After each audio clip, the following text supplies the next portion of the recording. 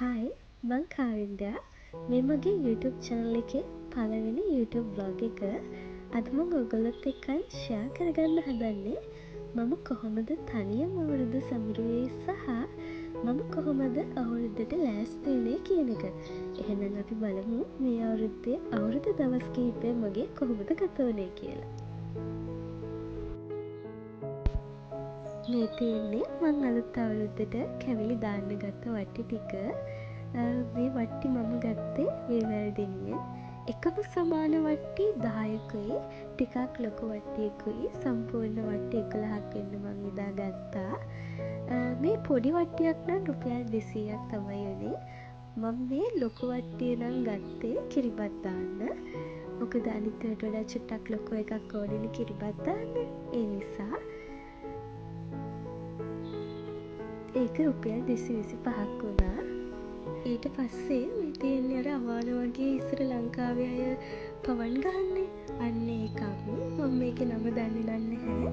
මට ඒක දැක්කම ආස හිතුණා. මොකද ඒක හරිම ලස්සනයි. ඒ හින්දා මම ඒක ඩෙකෝ වලට හරි ගන්නවා කියලා හිතලා ඒකෙන් දෙකක් ගත්තා. කෙසෙල් කොළ ටිකකුත් කලින් අරන් තියාගත්තා. මොකද මේවා කපලා වට්ටි වලට දාන්න ඕන නිසා. දැන් මේ 14 වෙනිදා පාන්දර 4:04ට කිරිදිරි වීමේ නැකතට මං කිරි මුට්ටියක් ලිපේ තිබ්බා. මම ඉන්නේ තනියමනේ. ඉතින් මං ඉන්නේ අනෙක් එකක. මට එතන ලිපක් පත්තු කරන්න පුළුවන්කමක් තිබුණේ නැහැ. ඒකයි ගෑස් එකේ තිබ්බේ. ගොඩාක් හොඳ ප්‍රාර්ථනාවක් කරන ගමන් මගේ කිරි මුට්ටිය ඉතුරුලා යන දිහා හරිම ආසාවෙන් මම බලන් හිටියා. මම හිතනවා ඔයාලට එහෙම වෙන්නේ නැති. දැන් මම කිරිබත් එක හදාගන්න පොල් ටික ගාගන්නවා. ඊට පස්සේ මගේ බත් එකට කිරි ටික එකතු කරලා හැඳි ගාලා ඒකත් කුක් වෙන්න ටික වෙලාවක් තියලා තියෙනවා. ඒ අතරදී කෙසෙල් කොළ ටික හොඳින් සෝදලා පිරිසිදු කරලා තෙත නැති වෙන්න පිහදා ගන්නවා. ඊට පස්සේ මම මේ වගේ කපලා පිරිසිදු කරගත්ත කෙසෙල් කොළ ටික මගේ වට්ටි වලට දාගන්නවා.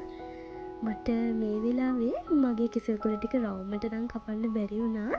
මොකද මට හොඳටම වෙලාව මදි. ඉතින් මෙන්න මේ විදිහට තමයි මම මගේ වට්ටි ටික තියාගත්තේ. ඊට පස්සේ මගේ ගමරාලයි ගමහාමිනේ මිස් මැදින් තියාගත්තා. ඊට පස්සේ මගේ පොල් තෙල් පහනත් මම මේසෙන් තියාගන්නවා. මම මේ සැරේ කැවිලි වර්ග 3ක් හැදුවා. කොණ්ඩේ කැවුම්, නාරංගිලි සහ කොකිස්. ඒකෙත් පුංචි ෂොට් එකක් මම ඉක්මනට මෙතනින් දැම්මා. දැන් නැකත් වෙලාව හරි. මම මගේ පොල් තෙල් පහනත් පත්තු කරා. මේ තියෙන්නේ මගේ සිංහල අලුත් අවුරුදු කැවිලි මේසේ. මම නම් විශ්වාස කරනවා අපි ආස දේවල් තව කෙනෙකුට හානියක් නොවන දේවල් අපි අනිවාර්යෙන්ම කරන්න ඕන. මොකද අපි හැරිලා බලනකොට අපේ ජීවිතේ ලස්සන සුන්දර මතක අනිවාර්යෙන්ම තියෙන්න ඕනේ. දවසක අපිට ඇත්තෙන්ම ඉතිරි වෙන්නේ අන්න ඒ දේවල්ම විතරයි. ඉතින් මේ විදිහට තමයි මගේ අවුරුදු දවස ගෙවිලා ඉවරුනේ. මේ 15 වෙනිදා මම මේ බොක්ස් එකේ අරින්නේ අලුතින් ගෙනාපු වලන් වගයක්. මම 16 වෙනිදා ආරාධනා කළා මගේ ජීවිතේ සමීපතම අයට, කියන්නේ මගේ පවුල අයට දවල් කෑම වේලකට. ඉතින් මට ඕනේ වුණා ඒ අයට සිංහල විදිහට. දැන් මේ සිංහල අලුත් අවුරුද්දනේ. ඉතින් මට ඕනේ වුණා ඒ අයට සිංහල විදිහටම කෑම වේලක් දෙන්න. මේ වගේ පුංචි වලන් වල එහෙම දාලා අර ගැමි විදිහට අන්න එහෙම සර්ව් කරන්න මට ඕනේ වුණා. මේ තියෙන්නේ අර ඉස්සර බත් මුට්ටි තියෙන්නේ මේ ඇතුළට බත් දාලා අන්න එහෙම.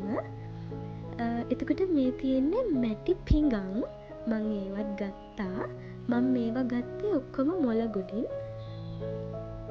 හැමෝටම පිඟන් ගත්තා. බුර්ලේක්තුවකුත් ගත්තා. එතකොට ටිකක් ගැපි විදිහට තියෙනවානේ. මේ තියෙන්නේ අපි අර වතුර බොන්න වීදුරු තියෙන්නේ. ඒ වගේම මැටි වලින් හදපු වීදුරු. හැමදේම මැටි වලින් ගත්ත නිසා මම මේවත් මැටි වලින්ම ගත්තා. ඒක හරිම ලස්සනයි. මේ එකක් රුපියල් 280ක් වුණා. මං ඒකෙන් කෝප්ප 4ක් ගත්තා. එතකොට මේ තියෙන්නේ අර බලන් තියෙන ඒවා. මම මේ හැම එකක්ම ඔයාලට වෙන වෙනම පෙන්නන්න ගත්ත ඒවා. ඔයාලටත් පුංචි හෝ අදහසක් මේ වගේ ගන්න පුළුවන් නම් ගන්න. මේ 15 වෙනිදා රෑ බටුමෝචි එක හදන්න ඕනේ කරන ලුණු ටික මම සුද්ද කරගත්තා. මොකද එතකොට 16 වෙනිදා උදේට මට ලේසියිනේ. ඒ නිසා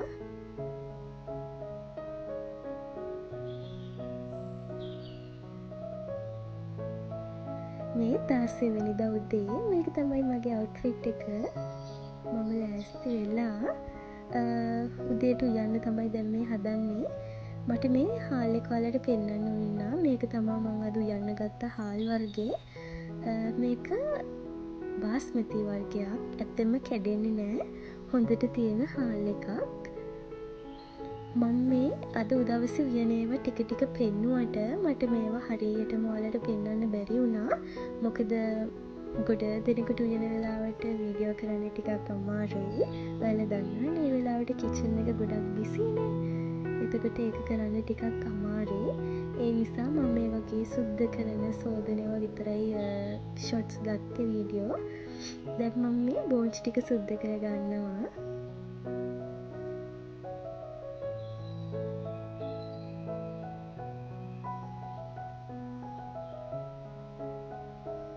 ඊට පස්සේ මම කට්ලට් ටික හදාගන්න ඕනේ. පේස්ට් එකත් මෙන්න මේ විදිහට හදාගෙන ඊට පස්සේ ඒක ලස්සන පුංචි පුංචි බෝලවලට හදාගත්තා.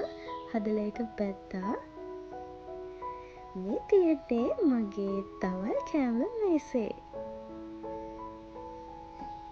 අම්මව නම් මතක් කරන්න ඕනේ. මොකද එයා තමයි මේ වෙනුවෙන් ගොඩාක්ම මහන්සි වුණ කෙනා.